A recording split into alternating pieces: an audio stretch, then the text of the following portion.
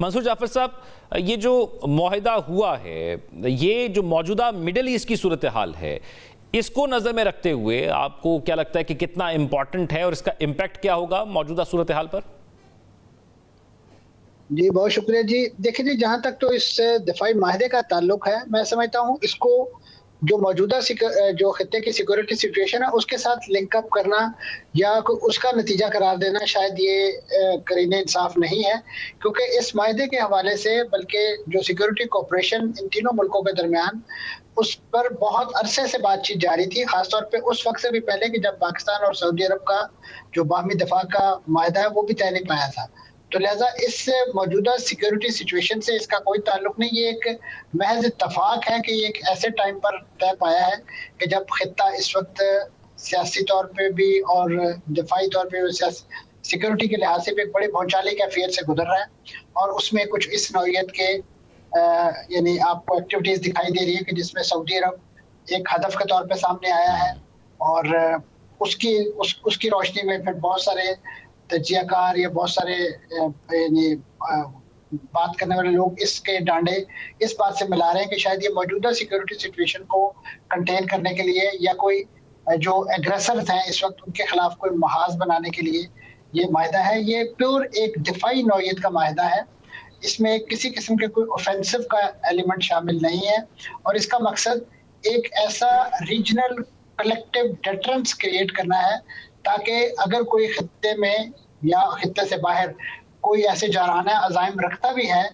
अब या in future, उसके लिए ये एक आई ओपनर हो और उसे मालूम हो कि ये तीनों मुल्क हैं वो मिलकर न सिर्फ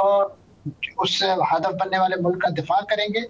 बल्कि अपने जो तन मन धन जो है उसकी बाजी लगाने से भी गुरेज नहीं करेंगे। तो ये बुनियादी तौर पे इसका मैसेज है। इसमें ना तो ये एलिमेंट शामिल है कि ये कोई खित्ते के अंदर, क्योंकि एक बात ये भी कही जा रही है कि पाकिस्तान क्योंकि एक न्यूक्लियर मुल्क है तो शायद बाकी ममालिक भी जो हैं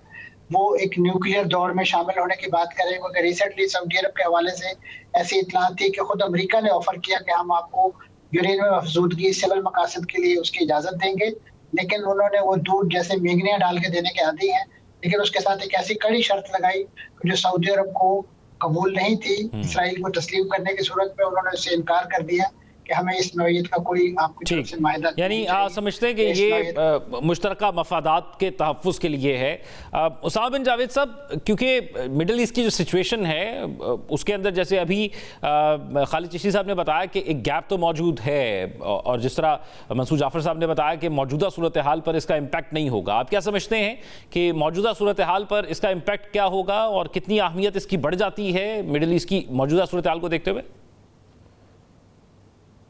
जी, एक बहुत तारीख़ी मुआहिदा होने चला है जिसकी वजह से इस पूरे ख़ित्ते में जो सिक्योरिटी आर्किटेक्चर है वो तब्दील हो जाएगा। नज़र आ रहा है कि सऊदी अरब, पाकिस्तान और तुर्की जो मुस्लिम दुनिया की 3 बड़ी क़ुव्वतें हैं, उनका यकजा हो जाना, सऊदी अरब की तरफ से उसका एनर्जी, उसका तेल, उसकी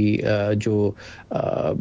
उसके पास जो इकनॉमिक पावर है उसका इकट्ठा होना, उस इंडस्ट्रियल बेस है तुर्की है, और तुर्की के ड्रोन और बाकी सारी टेक्नोलॉजी आप देख चुके हैं मुख्तलिफ महाज़ों पर कितनी कारगर रही है। तुर्की नेटो की दूसरी बड़ी फ़ौज है अमेरिका के बाद। उसके बाद पाकिस्तान जो मुस्लिम दुनिया की वाहिद एटमी ताकत है, पाकिस्तान की फ़ौज, पाकिस्तान की जो बैनुल-अक़वामी सतह पर दिफाई सलाहियत, इसके अलावा पाकिस्तान की सफारतकारी की तमाम सलाहियत, उसका यकजा हो जाना एक बहुत बड़ा और एक तारीख़ी अमल है, और जिसमें हमें नज़र आ रहा है कि ये इनकी वजह से न सिर्फ इस खित्ते पर बल्कि पूरी दुनिया के अमन इस्तेहकाम सलामती पर मस्बत रुझान मुरतब होने चले हैं। ठीक है, यानी इसके एक मुस्बत पहलू पूरी दुनिया पर सामने आएंगे।